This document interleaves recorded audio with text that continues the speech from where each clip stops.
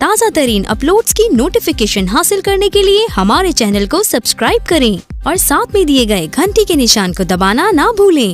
मुख्तार भाई सावी वखरी चाल हयाती मंगी है, सजना मैथू नाल हयाती मंगी है, और मान दे छुडे चुल्ले गत के बैठा हाँ, अपने हथी बाल हयाती मंगी है।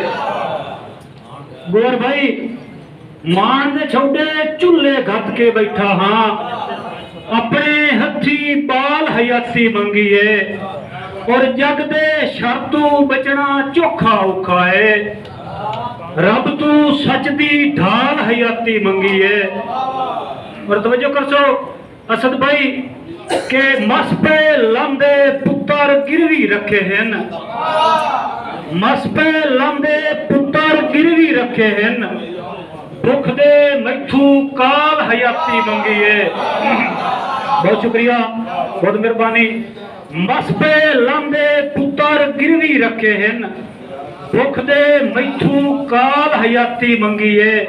और के मुख्तार भाई तवज्जो कर सो केड़ी केड़ी आके दसा वेले नू केड़े केड़े जाल हयाती मंगी है। बहुत शुक्रिया। आखिर से दौड़ा इसरार खान मेरे तन तेन जख्म भी छोड़े दे ते मेरे फट च चलांदे पे हैं।